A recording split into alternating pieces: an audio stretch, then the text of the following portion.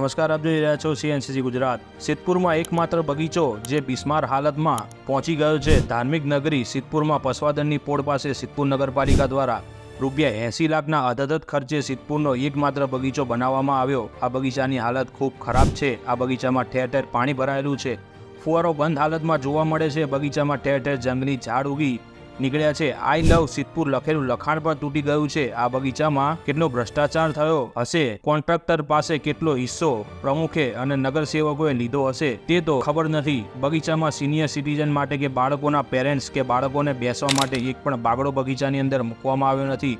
એટલી ખરાબ પરિસ્થિતિમાં બની ગયો છે કે આજે આ બગીચાને કોઈ જોવા કે દેખરેખ કરવા પણ તૈયાર નથી। આ બાળકો બગીચામાં સિનિયર સિટીઝન માટે કે બાળકોના પેરેન્ટ્સ કે બાળકોને બેસવા માટે એક પણ બાકડો બગીચાની અંદર મૂકવામાં આવ્યો નથી।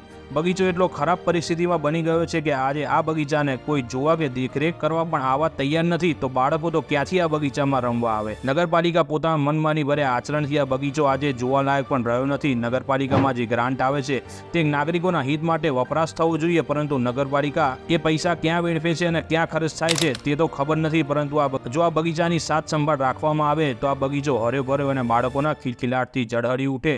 એની જગ્યાએ આજે આ બગીચો બન્યા પછી એટલી ખરાબ હાલતમાં પહોંચી ગયો છે કે આજે એ જગ્યા પર કોઈ જવા પણ તૈયાર નથી। સિદ્ધપુરની જનતા આનો જવાબ નગરપાલિકા પાસે માંગે છે। આ બગીચાની દેખરેખ અને સાત સંભાળ રાખીને જનતાએ અને પ્રજાએ જે નગરપાલિકા ઉપર વિશ્વાસ બતાવ્યો છે એ વિશ્વાસ ઉપર ખરા ઉતરવું જોઈએ। રિપોર્ટર ધ્રુવ કુમાર દવે, સિદ્ધપુર।